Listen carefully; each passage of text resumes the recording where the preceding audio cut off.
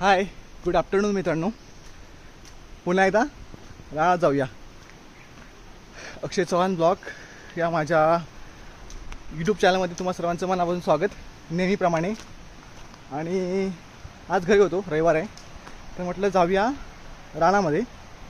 आरोहीचे आई बाबा आले होते, भाऊ वहिनी वगैरे सगळे. तर बोलले जाऊया धरणावरती वगैरे फिरायला. धरणावरती असंच, फक्त त्यात धरणावरती असंच, पण भाजी वगैरे भेटते काय ते बघूया म्हटली. आणि मग पुढे धरण पण बघूया असं बेत आहे आजचा. तर चाललो आहे. रोवणं पण भेटू शकतात आता, बघूया आता काय काय मिळतं ते. मी रोवणं काढायला स्कूटरवर पण आणलं आहे, बाकीचे पुढे आहेत गेलेत. मी म्हटलं मी पाठवून येतो त्याला, तर त्यांना ते हऊ चालतात ना, तर ते पुढे गेलेत. मी मागून आलो आहे. चाललो आहे, बघूया आता काय काय भेटतं. रोवणं वगैरे काय मिळतात, काय भाजी तर घेणार, काय काय मिळणार 100%, पण रोवणं सांगू शकत नाही मिळतील काय, पण भेटली तर माझ्यासाठी या स्कूटरवर आणलं आहे. तर जाऊया आणि पाहूया भेटतात काय. चला जाऊया रानामध्ये. थोडंसंच रानामध्ये आलो आहे. छोटंसं माळ आहे इथे, वरच्या साईडला आमची इथे जमीन पण आहे, तिकडे काही मी जात नाही आहे. पण या ठिकाणी बघा टाकळ्याची भाजी दिसायला लागली, तशी सगळ्यांच्या हात टाकल्याकडे निघालेत आणि टाकळ्याची भाजी काढतायत. थोडंसंच रानामध्ये आलो आहे, अजून पुढे खूप मिळेल ती गोष्ट वेगळी आहे. पण इथे पहिल्यांदा टाकळ्याची भाजी आवडली तर ते सगळेच काढायला लागलेत.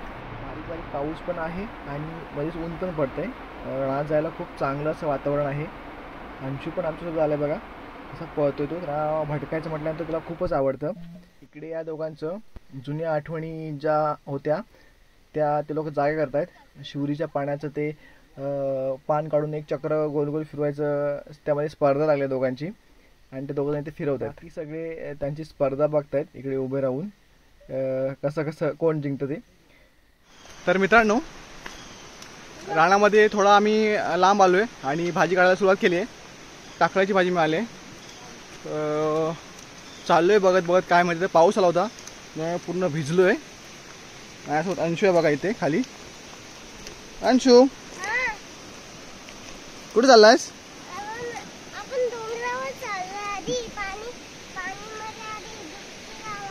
पाणीमध्ये डुबकी लावायला डोंगरावर चाललायस तू? ओके. पाठीमागे सगळे आहेत बघा. मी पण टाकायची भाजी काढली, ते पण कसली भाजी काढतायत. चला बघूया कोणती काढतो भाजी.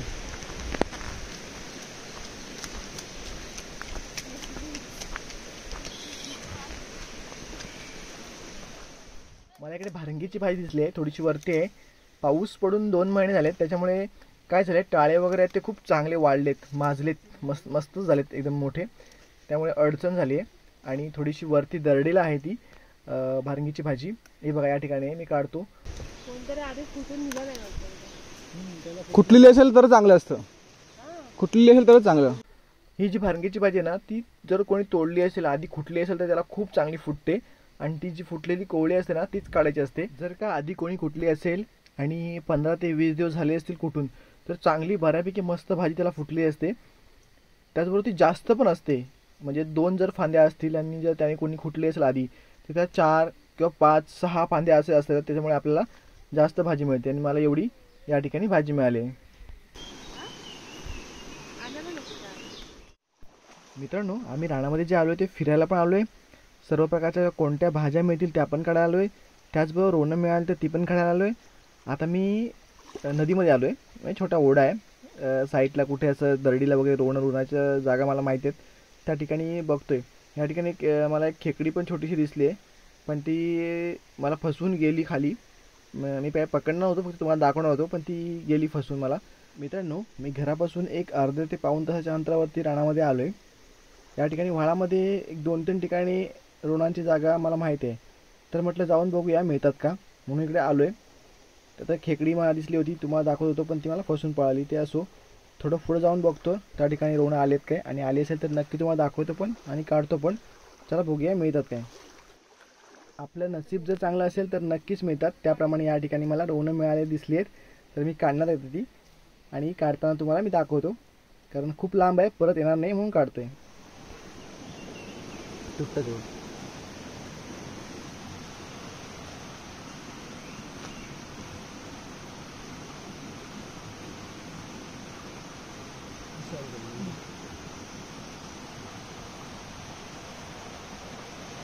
नाही नाही, अशी पूर्ण आली पाहिजे. ते अर्ध राहिलं तसं. पाऊस आला. पाऊस बघ एवढा आला. छत्रे घ्या, वरती रस्त्यावर जाऊन थांबा जा. वरती जाऊ दे सगळ्यांना. तिथे एवढं लागायचं नाही. मित्रांनो, मी रोवणं काढली. रोवणं काढताना खूप असा मोठा पाऊस आला, तर मला व्हिडिओ काय करता नाही आला, कारण माझा जो व्हिडिओग्राफर आहे ना तो पूर्ण पावसामध्ये भिजला. तर तो बोला मी काय आता व्हिडिओ काढत नाही. त्यामुळे आता आम्ही वरती रानामध्ये आलो आहे. मी किती रोवणं काढली ते नंतर घरी जाऊन दाखवतो तुम्हाला. परत असं चालल्यानंतर सगळे दमले. पाणी काय आम्ही आणलं नव्हतं, कारण रानामध्ये पाणी मिळतं झऱ्याचं. कुठे आता पाणी पिऊ शकतो पावसामध्ये. आपलं रानातले ओढे सगळे स्वच्छ साफ असतात. तरी सगळ्यांनी पाणी पिऊन घेतलं. इकडे अंशूची पण मस्त ट्रेकिंग चालू आहे. दगडातून धोंड्यातून तो चालतोय. तर मंडळी खूप प्रकारची अशी भाजी काढत, थोडीशी रोवणं पण काढलेली. आणि आता आम्ही येऊन पोचलो आहे धरणाच्या ओव्हरफ्लोमध्ये. कारण आपण बऱ्याच वेळा धरणाच्या ओव्हरफ्लोमध्ये येतोच. तर आजचा काय असा वेगळा विषय नाही आहे की ती तुम्हाला दाखवायचं आहे. आता सगळे आलेत तर त्यांना बघायचं होतं धरण. त्यामुळे आम्ही आलो इकडे. तर म्हटलं या साईडून येऊन चालत आम्ही तर गाडी वगैरे काही घेऊन नाही आलो होतो, कारण आपल्याला धरणाकडे जायचंच नव्हतं. भाजी वगैरेच काढायची होती. तर मग धरणाच्या आजूबाजूच्या परिसरामध्ये आम्ही आलो होतो ना पाठीमागे. तर मग म्हटले सगळे धरणापर्यंत पण जाऊया आणि जाताना रस्त्याने त्या धरणाच्या तिकडच्या साईडून भिंतीवरून पलीकडे जाऊन मग घराकडे जाऊया. तर म्हटलं ठीक आहे. मग म्हटलं थोडासा व्हिडिओ पण तुमचा करतो, फोटो वगैरे पण तिथे काढूया आणि मग जाऊ घराकडे. अशा उद्देशाने आम्ही आता जे आलो आहे ते धरणाच्या ओव्हरफ्लोमध्ये. मित्रांनो, तुम्हाला बघायला मिळेल की पाणी जे आहे ना ते फार कमी झालं आहे. फार म्हणजे फारच कमी झालं आहे, कारण पाऊस खूप कमी झाला आहे. पाऊस पडतो आहे, थांबला नाही अजिबात. त्याचं जे पडण्याचं प्रमाण आहे ना ते फार कमी झालं आहे. त्याच्यामुळे धरणातून ओव्हर होणारं जे पाणी आहे ते पण कमी झालं आहे. त्यामुळे आता आम्ही ओव्हरफ्लोतूनच चाललो आहे वरती. यामध्ये तुम्हाला ओव्हरफ्लोतले छोटे छोटे धबधबे, खळखळ वाहणारं पाणी हे नक्की तुम्हाला बघायला मिळेल. आणि त्याची मजा पण तुम्ही या व्हिडिओमधून घेऊ शकता. याआधी पण तुम्ही बऱ्याच वेळा घेतला तेव्हा पाणी खूप होतं, आता पाणी कमी आहे. तर मी चाललो आहे धरणाकडे. धरणामधला जो ओव्हरफ्लोतला बंधारा जो आहे त्यामध्ये अंघोळ करायचा असा विचार या लोकांचा आहे. तर कोण कोण करत काय माहीत नाही, पण तिथेच गेल्यानंतर कळेल. तर मी पण थोडंसं भिजलो आहे पूर्ण म्हटल्यानंतर करणारच आहे. एकदम धरणाच्या बंधाराच्या इथं आलो आहे. या ठिकाणी बघा गवत फार वाढलं आहे आता, त्यामुळे थोडं वेगळं वाटतं आहे. पाणी कमी झालं आहे. धरणाच्या बंधाराच्या भिंतीवरून जे पाणी होतं मोठं मोठं ते तर कमी झालं आहे. कुठे कुठे होतत पण नाही आहे, एकदम कमी झालं आहे. मित्रांनो, सांगायचं म्हणजे पाऊस कमी झाल्यामुळे हे सगळं कमी झालं आहे. आणि काही दिवसांनी ते बंद पण होईल. जेव्हा पाऊस बंद होतो त्यावेळेला ते वाहून जायचं पाणी बंद होतं. चला तर मग मित्रांनो, मी पाण्यामध्ये थोडीशी डुबकी लावतो आणि माझ्यासोबत तुम्ही पण या भिजायला.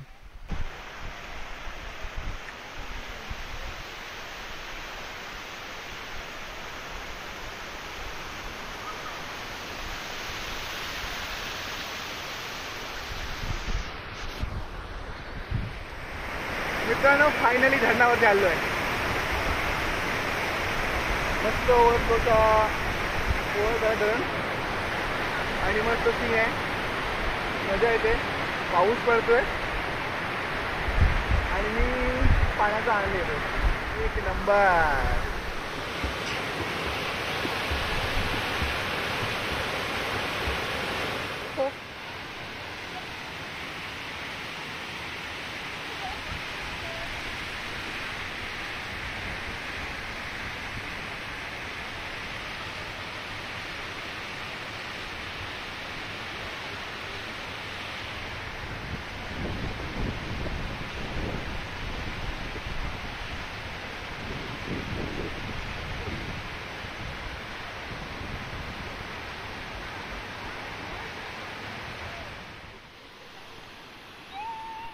मंडळी, खूप अशी पाण्यामध्ये मजा करून आता बाहेर पडलो आहे आणि आता चाललो आहे घराकडे. ज्या वाटेने आलो होतो त्याच्याबरोबर विरुद्ध दिशेची वाट आहे, म्हणजे ज्या वाटेने मी गाडी घेऊन येतो ते तुम्हाला माहीत आहे. त्या वाटेने चाललो आहे घरी. तर जाऊया आता घरी. तुम्हाला म्हटलं होतं मित्रांनो की मी घरी गेलो दाखवतो भाजी किती आणली ती. हे बघा, या ठिकाणी 2 पिशव्यातून भाजी आम्ही आणलेली आहे. त्याचबरोबर एवढीशी रोवणं भेटलेत. एवढीशी म्हणजे जास्त नाही भेटल्यात म्हणून मी एवढीशी म्हटलं. तीही तुम्हाला मी खोल दाखवतो. सागाचं झाड असतं त्या पानातून मी ती बांधून आणली होती, कारण त्याला माती बरीचशी होती, पिशवीला लागेल म्हणून. हे बघा, एवढी मिळाली. 20 ते 25 कळ्या आहेत, पण चांगल्या आहेत. म्हणजे 20-25 म्हणजे भरपूर झाल्या. तर एवढी मला रोवणं पण मिळाली, तर ती मी आणलेत. त्याचबरोबर मी भाजी खोलतो बघा. या ठिकाणी टाकळा आणि भांगी 2 प्रकारची भाजी आम्ही आणली आहे आणि साफ करायचं काम चालू आहे. साफ करणार आणि व्यवस्थित ठेवणार, त्यानंतर त्याची भाजी वगैरे होईल. मित्रांनो, आज आमच्याकडे गावठी चिकन वडे आहेत. तुम्ही पण या खायला. आजच्या व्हिडिओमध्ये एवढंच. पुन्हा आपण भेटणार आहोत कोकणात अशा सुंदर व्हिडिओमध्ये. तोपर्यंत बाय बाय. काळजी घ्या आणि मस्त राहा.